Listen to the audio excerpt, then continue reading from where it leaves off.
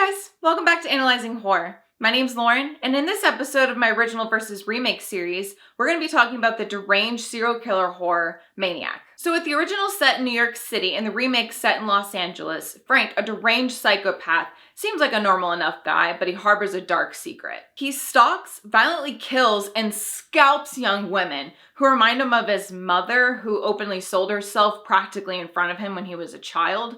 And then he uses these poor women's scalps and hair to decorate his mini mannequins. When a especially young woman, Anna, walks into Frank's life one day, his demons become harder and harder to resist and suppress. So fair warning, I'm going to be talking about the storyline and some spoilers for both of these movies. So if you haven't seen them yet and you care about spoilers, make sure to pause, go watch the movies, and then come back afterwards. Alright, let's start off by talking about the 1980 original and what I liked about it. First off, I just wanted to clarify that I've seen the remake before. I actually saw it when it first came out, and it shook me to my core. But this was the first time that I've seen the original. And I just have to say, I think one of the reasons why it shook me to my core as much as it did is because these stories are so disturbingly rooted in reality. Just in the sense that serial killers are a real life horror, rather than poltergeists, ghosts, or monsters that are created for a horror movie. And while Maniac is a fictional story, of course, like serial killers are real, and it just is so disturbing to think about. And this is slightly off topic, but I just recently finished watching that new Netflix show Dahmer, depicting Jeffrey Dahmer's life. And I couldn't help but think of Maniac while I was watching the show, because of course Jeffrey Dahmer is a real serial killer, whereas Maniac's Frank is a fictional serial killer, but they're both real life horrors in our society. And I've said this before in a few of my other videos, but I just think humans being evil to other humans is so much more terrifying than any poltergeist, monster, or zombie. And at least for me, I find stories like these so unsettling and just thoroughly get under my skin, so much more than any other horror subgenre. Because like I keep saying, this is a situation that could actually happen. Which is a good segue back to topic on the Maniac, and that every time I watch a true crime documentary or a crime horror story of any kind, I'm always asking what and why. What happened to them to make them the monster that they are, and why are they doing what they're doing? And I feel like both versions of this movie explain Frank and answer those questions really well. So fully coming back on topic to the 1980 original, I thought Joe Spinell was terrifyingly amazing as Frank. He was so creepy and deranged, like my god was he terrifying. He often did long rambling monologues, like talking to his mannequins, and those scenes just made my skin crawl because he was so creepy and unhinged. And then there was also a time where he broke the fourth wall and looked straight into the camera, and I was so uncomfortable with his eyes on me. He was also constantly doing this moaning thing anytime he was stalking a woman or doing something horrible to her, and it was just so creepy and unsettling. Like, my god, what a great performance. I also really loved the cinematography and the overall camera work. I really loved the few long tracking shots, like the camera was Frank and we're observing an uncomfortable woman aware that she's being stalked. Also, there were a couple of victim point of view shots. Like there's this one scene where Frank is strangling a call girl on the bed, and the camera is the call girl looking up at Frank's deranged face as he's choking the life out of her. Oh my god, that scene freaked me the hell out. That was so unsettling. Like the look on that man's face, Jesus Christ. So fucking disturbing. Also, I just had to mention that 80s New York City is such a vibe in this movie, and I just really loved the setting. And speaking of the New York City setting, I think one of my favorite scenes, and when I say favorite, I mean most effective for me, was that underground tube scene where a young woman is trying to escape Frank as he's stalking her, and she accidentally traps herself in the underground tube with Frank. Like, my god, was that scene so freaking intense. Like, I had genuine terror for this young woman. Like, Jesus Christ, I was squirming around in my seat. My heart was racing. Like, I felt like I was actually the victim. Like, it was petrifying, and like the tension was incredibly intense. Like there were parts where she kind of gets ahead of him a bit, but then she gets stuck trying to open a gate or something, and she looks back and Frank is slowly descending down the stairs, and oh my god, it freaked me out. I was just going, oh god, oh god, oh god, oh god. Again, I felt like I was the victim in that scene. Like it was so well done, but absolutely absolutely horrifying. So yeah, I guess you could say it's my favorite scene, but it's also the most memorable for me because I was just so genuinely petrified, and it was interesting how the movie made me feel like I was actually the victim. I wasn't watching this scene, I was in the scene. And just in general, I felt so bad for every single one of his victims. And oh my god, the scalping scenes, like Jesus, they were so gory and hard to watch. Like the practical effects in this movie were so brutally incredible, and they just really stuck with me, and it was just so disturbing. I also really loved that ending where Frank's mannequins come to life and turn into his previous victims, and they literally tear him apart. The practical effects in that scene were so insane as well. Like my jaw was on the floor. And it was a very appropriate and deserved end for Frank, and it was just very fitting. And I also really liked how the young women got some revenge and some sort at the end as well. So I honestly can't say that there's anything that I disliked about this movie. I basically loved everything about it. Although if pressed to say anything, comparing it to the remake, I thought Anna was a much more minor character in the original. And also I found this one to be a little less brutal than the remake. Although by no means am I saying this movie is tame. Like this is a serial killer scalping young women for fuck's sake. It is not tame at all. But I'm just saying that I think with the remake, because they obviously got inspiration from the original, they were able to ramp up the violence a little bit more. So there's a little bit more gore and violence and just brutality in general. But I wouldn't say these are criticisms, more just like observations. Like I said, I really loved this movie and I already purchased it. Like I own it now, it's right behind me, and I will definitely be rewatching it because I'm a fucking psycho. All right, let's move on to the 2012 remake and what I liked about it. First off, like I said earlier, I saw this remake back when it first came out and it absolutely traumatized me. Like I could not get the scalping scenes out of my head. I was fully horrified and just a constant state of shock. Like I was around 21, 22 when this came out, and up until that point, I had seen horror movies. Like I really loved horror, obviously, but I had never seen something so violent and brutal and just straight up dark like that. So it really stuck with me. And so revisiting it for the movie, I was both excited and horrified because I knew that I could barely handle those scalping scenes. And I'm a more seasoned horror fan, so it didn't scare me as much, but it's still so hard to watch. And just the way the movie starts off, like that opening scene, that main title card scene. Oh my god. So the movie starts off with Frank, like we are Frank, the camera's Frank, and we're following this young woman who's becoming more and more anxious that she understands she's being followed. And so she rushes to her apartment and she's about to unlock the door, but Frank is actually behind her and slowly walks up to her. She turns around, he tells her not to scream, she starts to scream, and he just stabs her like in the bottom of the chin. Bottom of the chin? What is this part? This is the neck, this is the chin. What's that? I don't know. And this scene is so insane. Like he still has the knife underneath her chin and she's deceased. Like there's blood coming down from her eyes. Like you can see it on her face. And so he grabs the top of her head by her hair. He yanks the knife out and then he begins to slowly scalp her. And then when he's done scalping her, he actually just continues holding on to the top of her head, and the weight of her body actually makes her collapse and detach from the scalp. And then the scalp is just being held right out in front of the camera, and then Maniac comes on screen. Holy shit. Like seriously, I think that's one of my favorite and most horrifying main title cards in all of horror. And I know that there are classics and stuff that obviously could top it, but it's just so memorable for me. Like just not only the fact that he scalps the poor deceased woman, but then the way that her body like detaches from the scalp. And then it's just like being held right there with the title on screen. Like, oh my god, like it's just so horrifying, and it immediately sets the tone for the movie, and you know that you're in for such a violent experience. Also, Elijah Wood was so great as Frank. Like he was so incredibly unsettling, and I really loved how differently he played Frank. Like for example, I feel like Joe's portrayal as Frank in the original was much more unhinged, like just fully deranged, and like he just looked like a man that is about to snap, and he just was very angry and just very aggressive and horrifying. Whereas Elijah's portrayal as Frank is a little bit more disturbed, a little bit more troubled, and he's just more sad. Like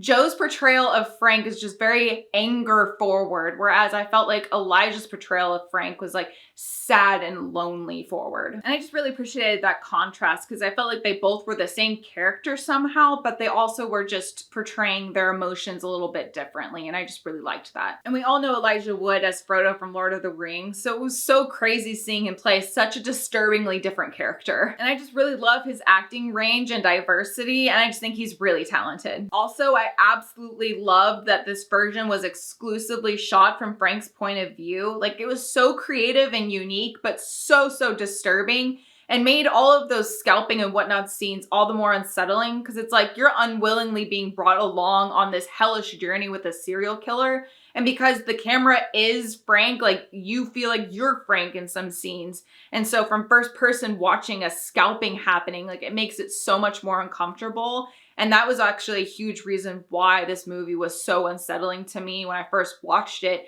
because I felt like I was the serial killer and I, of course, didn't want to do those actions. So again, being unwillingly brought along on this journey with Frank, it was just so disturbing. And I just really love that creative choice. Also, I found some behind the scenes shots, and it's just so cool seeing how Elijah had a camera strapped to him. And also, like, the reverse lens is pointed this way and the director's like right here. So imagine like trying to do your job with your boss like right here while you're trying to do something.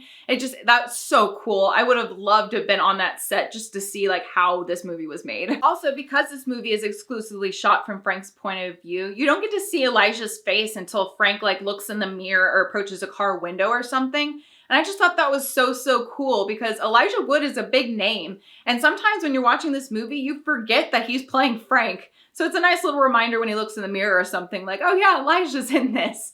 But it also adds to that disturbing and unsettling feeling like sometimes you are Frank when he's doing these horrible acts. And again, it just makes you feel like you're unwillingly on this horrible journey with a serial killer. And it just makes the movie so much more disturbing and unsettling. And I just really love that they chose to do that. And it also adds to how creative and unique it is. And it's very memorable. So there are several memorable scenes in this movie for me. And the first one, outside of the opening scene, of course, was this scene where Frank goes on a date with a girl that he met online and she invites him back to her house. Like, that scene physically hurt to watch. So she lives alone and they're starting to get intimate. Like, the poor woman's completely naked except her underwear, and she's like, you know, doing some stuff for him down there, and he starts strangling her. Like, I cannot even imagine being in this poor woman's shoes. Like, imagine being at your most vulnerable and all of a sudden feeling isolated because you live alone and being attacked by this stranger. Like, that just sounds like such a hellish situation. And that scene just made me so sad because, kind of like what I said at the beginning of this video, and that this situation could actually happen, like, I just felt so bad for her because she trusted him.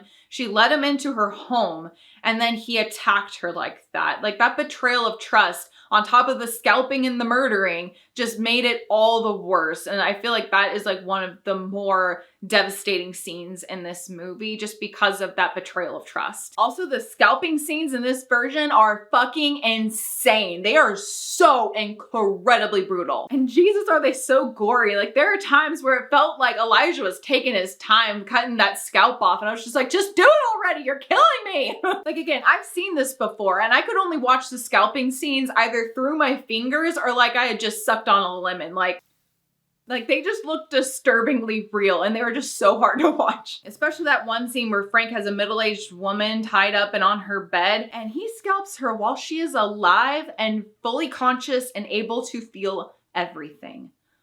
Fuck me, that was the hardest scalping scene to watch in this entire movie. Knowing that she could feel it all. That is just so horrifying. Like, that's just one of the most sensitive parts of your body, and he's like cutting up against your skull, like, ah! But yeah, that's definitely just one of my body horror buttons when it comes to horror movies. That and Achilles' heel, I feel like those are the ones that get me the most animated. Like, I cannot handle it, and I freak the hell out. And speaking of which, this version has an Achilles' heel cutting scene, so this movie's trying to give me a damn heart attack. I also really liked that in this version, Frank owns a mannequin store, which perfectly explains how he has access to all of his mini mannequins in his apartment. I also really liked liked it because it made Frank a little bit more approachable for Anna when she comes into the movie. She's a photographer and she asks him to borrow some of his mannequins for a photo shoot of hers. And after that interaction, they develop this weird little friendship relationship sort of thing. And I just loved Anna as a character so much. And that entire third act was so intense, especially because I was so invested in her character. But yeah, that third act was so insanely intense. Oh my God. Also so gory. The practical effects during the third act, the entire movie of course, but the practical effects in the third act is so insane. Or I guess special effects, I'm not really sure. It looked real, but it could have been like CGI. It could have been a mix of both, I'm not sure. But the special effects, practical effects, insane in the third act. Like it's at this point where Frank is just completely unhinged and he's literally killing anyone in his way to get to Anna. Like it's just so brutal. And it made me so sad that Frank eventually caught up to Anna after this really long chase scene, basically across LA. She accidentally crashes her car and then he catches up to her. And it made me so sad because I really wanted her to be our final girl and survive him. I also really loved how the ending was almost identical to the original, where Frank's mannequins come to life and turn into his previous victims and they literally tear his face off. The effects in that scene were absolutely amazing. Like, oh my God, it looked so painful. And like I said with the original, I thought that was a very justified and appropriate end to Frank. And I also really liked how the previous victims got some revenge in a way at the end there too. Oh, and I forgot to mention, I really liked how the remake kind of expands a little bit further on his relationship with his mother when he was young. Like there's this scene where she's literally selling herself on the street, like actions are happening. And the young boy walks up to his mummy and she's like yelling at him to go get in the car while she's being railed. It's not funny, but it is a little bit. No, it's not, but it's a little bit. Like, it's so absurd, but Jesus Christ, that was his childhood? Like, he's an evil psycho serial killer. I don't feel sympathy for him at all, but I also can't help but feel bad for his inner child. Like, his mom truly failed him. And lastly, I really loved how the remake used the main title song. Like, those were identical to the original. And the rest of the score just felt very similar to the original as well. So I just really loved how they stayed close to the original with the soundtrack. And I also really loved that nod to the original in one scene where Frank is approaching a car and in the reflection, he's holding a knife in one hand and a scalp in the other, and it looks identical to the original poster. I just thought that was really cool. So like with the original, I can't really say that there's anything I disliked about this movie. I love everything about it. But if I were to say anything negative about this movie, I will say I really wanted Anna to survive. Like that chase scene was so long and you just wanted her to survive so bad. And for him to finally catch up to her was so devastating. And again, I really liked her character. They gave her a more substantial part in the remake. So it made her death all the more impactful. And while that's good, at the same time, I really wanted her to be our final girl. I wanted her to survive him. And in the original, Anna survived. So they made that change and it really was impactful. And of course it was effective and was well done in that way, but it just really hurt because I just really wanted her to survive. But at the same time, it made that tearing apart scene so much more impactful because she was just passively watching him being torn to shreds. And it added a little bit more to that revenge aspect that I mentioned. Like, what a monster, my God. So all in all, I can say I love both of these versions equally. Like, they were both incredible movies. And like I said, the practical special effects, both performances of Frank were so insane. And just the brutality of it all. Like, it was so effective. And my God, it had me squirming in my seat for several different reasons for both of these movies. Although if challenged to pick one, I would pick the remake just because I have more history with that one. I love Elijah Wood, and also that exclusive first-person Frank point of view camera work was so incredible. Very effective for me and made the movie so memorable. So if I had to pick, I would pick the remake, but if you guys would allow me, I think this is our first tie in my original versus remake series. I really loved both so much, and I highly recommend you check them out if you can stomach it. So what did you think about these movies? Do you have a favorite over the other? Are they about even for you? I'd love to hear your thoughts in the comments. Also, this is just a reminder that I'm also on Twitter, Instagram, and Letterboxd. So if you're interested in following me on those and you haven't already, the links are in my description box below. And as always, make sure to like, share, and subscribe so Black Phillip knows you'd like to live deliciously. Thanks so much for watching, guys, and I'll see you again very soon in the next video. Bye!